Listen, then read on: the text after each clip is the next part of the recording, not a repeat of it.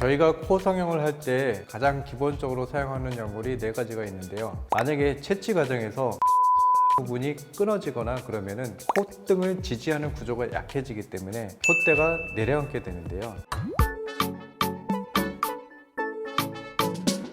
안녕하세요. 성형외과 전문의 김진성입니다. 오늘은 저희가 코 성형에서 주로 사용되는 연골들에 대해서 각각의 특징과 장점에 대해서 낱낱이 살펴보도록 하겠습니다. 저희가 코 성형을 할 때 가장 기본적으로 사용하는 연골이 네 가지가 있는데요. 첫 번째 귀연골, 두 번째 비중격연골, 세 번째는 자가늑연골, 네 번째는 기증늑연골을 주로 사용하게 됩니다.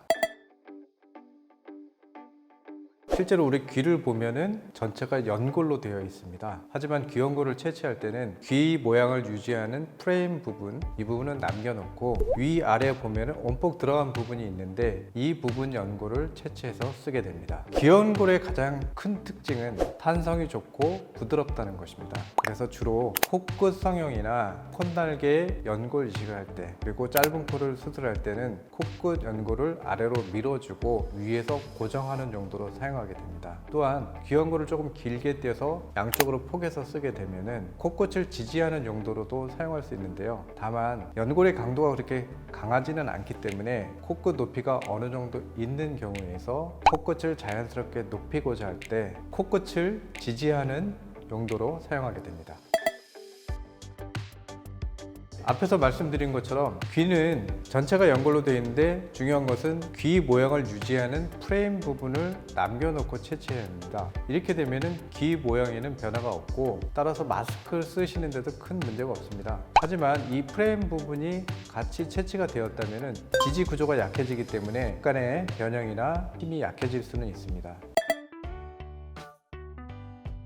비중격이란 콧구멍 사이의 격벽을 우리가 비중격이라고 얘기하고요. 이 부분에서 연골을 채취해서 사용하게 됩니다. 비중격 연골의 가장 큰 특징은 탄성은 적지만 단단하다는 것인데요. 짧은 코에서 코끝을 연장해 줄 때 비중격 연장술을 하거나 아니면 코끝을 지지해 줄 때, 그리고 휜 코를 교정할 때 여러 가지 수술에서 두루 사용될 수 있는 장점이 있습니다. 또 한 가지 장점은 비중격은 코 수술할 때 같은 수술 부위에 있기 때문에 추가적으로 별도의 다른 부위의 절개 없이 같이 떼어서 수술할 수 있다는 장점이 있습니다. 다만 환자분들에 따라서 코 크기가 다르듯이 비중격 연골의 크기와 두께, 강도가 다릅니다. 따라서 비중격 연골이 크고 튼튼한 경우에는 비중격 연골만으로 코 성형이 가능하지만 작고 약한 경우에는 귀연골을 추가적으로 채취하거나 기증늑연골을 추가적으로 사용해야 되는 경우가 있을 수 있습니다.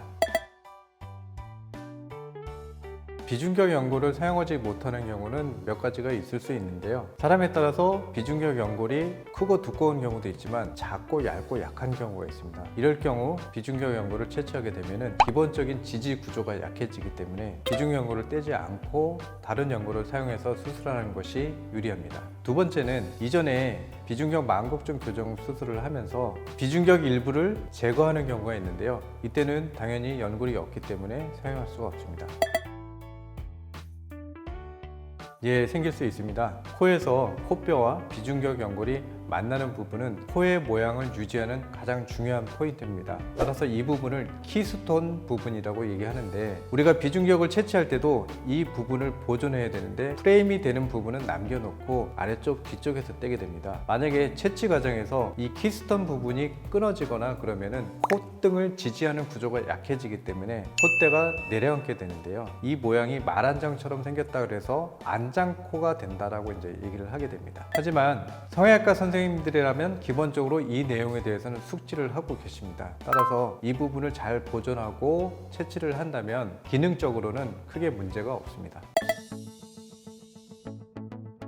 늑연골도 크게 자가늑연골과 기증늑연골로 구분할 수 있습니다. 자가늑연골은 본인한테서 채취한 연골을 말하고요. 기증늑연골이란 기증받은 늑연골을 얘기합니다. 자가늑연골은 보편적으로 6번에서 9번 사이에 늑연골을 채취해서 사용하게 되는데요. 늑연골의 가장 큰 장점은 강도가 강하다는 것과 저희가 필요한 만큼 충분히 채취할 수 있다는 것입니다. 하지만 늑연골 바로 밑에는 폐를 싸고 있는 흉막이 있는데 채취 후에 이 흉막 손상 여부를 체크하기 위해서 대부분 전신 마취로 진행을 하게 되고요. 절개한 부위에 흉터가 남는다는 단점이 있기는 합니다. 다음으로 기증늑연골은 자가 늑연골과 달리 제품화된 연골인데요. 기증받은 늑연골을 산화처리, 면역처리, 그리고 세포를 제거해서 항원성을 없앰으로써 다른 사람에게 거부 반응 없이 쓸 수 있게끔 제품으로 나온 연골입니다.